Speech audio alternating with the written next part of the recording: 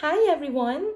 For today's video, we are going to talk about the passive voice in present simple. English has two voices, the active and the passive. The active voice is used when the subject of the sentence does the action.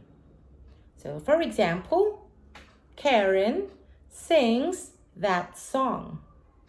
Karen is the subject and that song is the object. The passive voice instead is used when we focus on the object of the sentence. For example, that song is sung by Karen. That song now becomes the subject of the sentence. We form the passive with be plus the past participle of the verb. In the present simple, the passive is am, is, are plus the past participle of the verb. When it is important to know who does the action, we use by. The noun that follows by is called the agent. Sometimes, when the agent is unknown or not so important to the meaning of the sentence, we do not use by. For example, the sweater is made in China. So, we don't really know who does the sweater, but it is made in China. Now, let's transform these sentences from active voice to passive voice. First one is Jane cleans the house.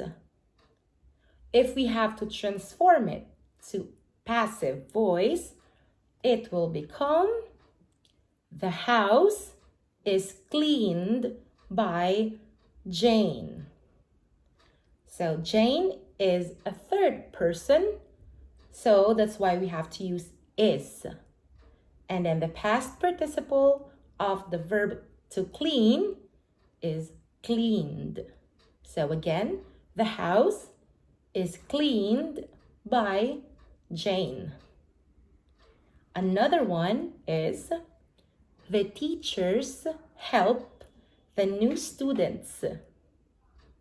If we have to transform it to passive voice, it will become the new students are helped by the teachers. The subject from the active sentence, which is the new students, is plural. So we have to use are. And then, of course, the past participle of the verb, which is help. And the past participle of the verb help is helped. Now, let's go to negative and questions. So, let's start first with affirmative, just to see the difference. Okay, the examples are Ben walks the dog.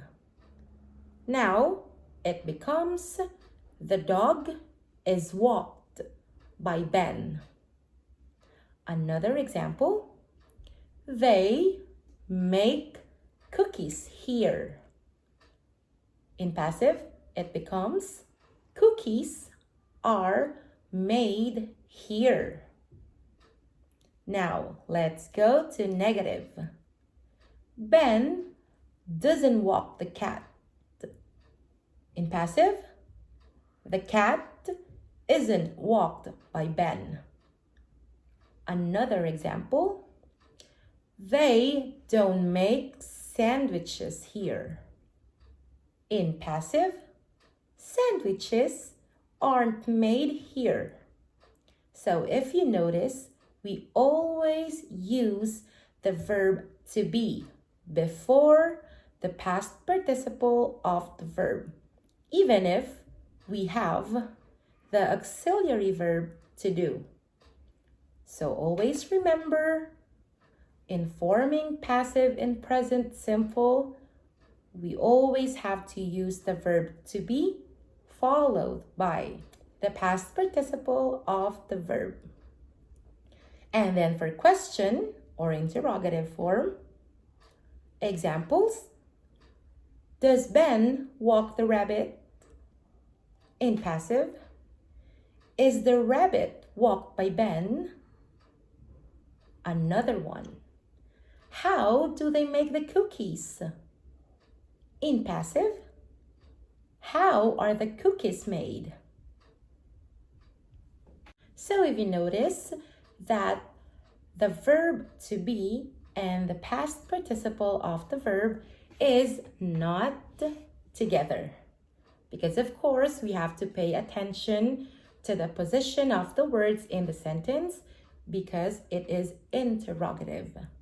So we have to know too how to form an interrogative sentence.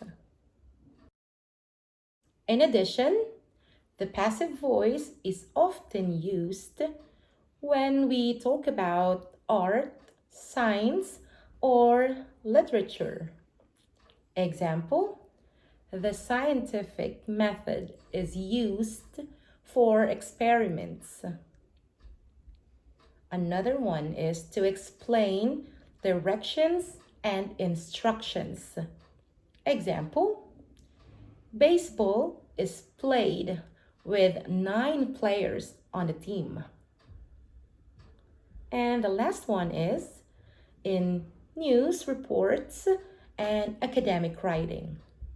Example: the environment is studied by many scientists. And we are done. Thanks for watching. Bye. Please subscribe to Open Minds YouTube channel for more videos.